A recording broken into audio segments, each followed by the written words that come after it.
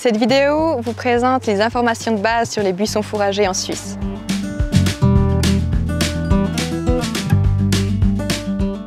L'idée principale des haies fourragères, c'est d'avoir une source de fourrage complémentaire au moment où il manque un petit peu de ressources herbagères.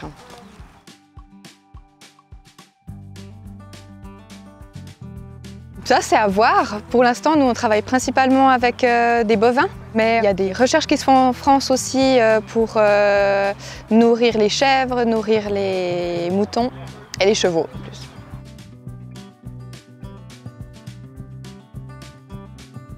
Pour la plantation, l'idée principale, c'est d'avoir une haie plus ou moins dense, soit une ligne double, potentiellement aussi triple, avoir les buissons en quinconce. Ce qui est important, c'est aussi d'avoir des trous entre les différents tronçons de haies pour permettre le passage des animaux. Et puis la plantation, c'est finalement comme une haie habituelle. Par expérience, selon quand vous plantez, un paillage est recommandé.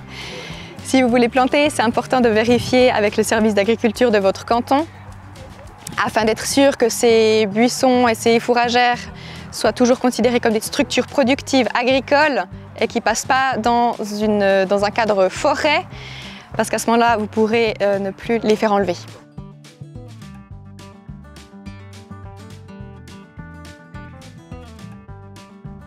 Pour la gestion de la parcelle, les premières années, c'est important d'avoir de l'herbe entre les buissons, de la faucher aussi régulièrement pour éviter la concurrence avec les jeunes buissons. C'est important de faire attention aussi pendant la fauche de ne pas faucher les arbres, donc les protéger.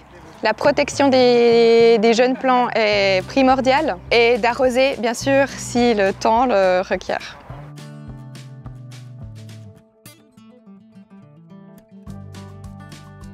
Le moment de commencer à pâturer, ce serait en tout cas pas avant 3 ans. Ça dépend aussi un peu de l'état des buissons, comment ils ont supporté les sécheresses et aussi des essences. On a des essences beaucoup plus vigoureuses comme le saule par exemple, où là on peut commencer assez vite. Idéalement, faire des tailles avant de pouvoir les pâturer pour former les buissons. On conseille une taille en têtard bas, ça veut dire étêter les buissons après quelques années de plantation, selon leur santé, pour créer ces masses importantes de fourrage.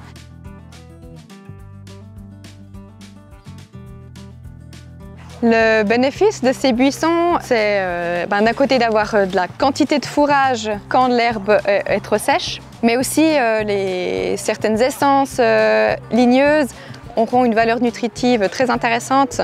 Par exemple, le mûrier blanc qui a une très bonne digestibilité et une bonne appétence.